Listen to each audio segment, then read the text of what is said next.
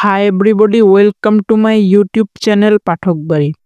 আজকের ভিডিওর টপিক হচ্ছে সপ্তম শ্রেণীর বাংলা বিষয়ের বার্ষিক পরীক্ষার প্রস্তুতি বা সাজেশন। তোমাদের বাংলা বইয়ের যে অধ্যায় 1 প্রসঙ্গের মধ্যে থেকে যোগাযোগ করি, এই অধ্যায়ের কিছু নমুনা প্রশ্ন তোমাদের সাথে আলোচনা করব। সো তোমরা যদি আমাদের ইউটিউব চ্যানেলে নতুন হয়ে থাকো, আমাদের ইউটিউব চ্যানেলটি সাবস্ক্রাইব করবা এবং পাশে থাকা বেল আইকনটি প্রেস করে দিবা। সো শুরু করছি। তো প্রথমে রয়েছে বহু নির্বাচনী প্রশ্ন বা এমসিকিউ। মান হচ্ছে 1।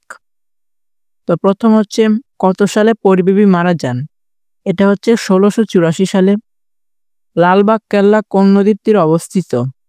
এ হচ্ছে বুড়িগঙ্গা নদীর তীরে। অনেকদিন হলো তোর সাথে কথা হয় না, তুই কি আমাকে ভুলে গেছিস? উপরের অনুচ্ছেদে কোন ধরনের সর্বনাম ব্যবহার করা হয়েছে? ঘনিষ্ঠ সর্বনাম।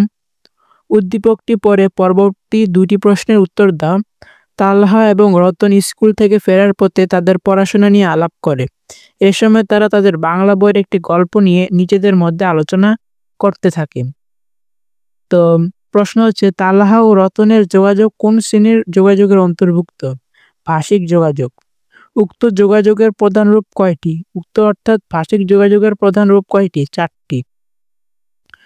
উপস্থিত বক্তৃতার ক্ষেত্রে লিখিত বক্তব্য পাঠ করা যাবে?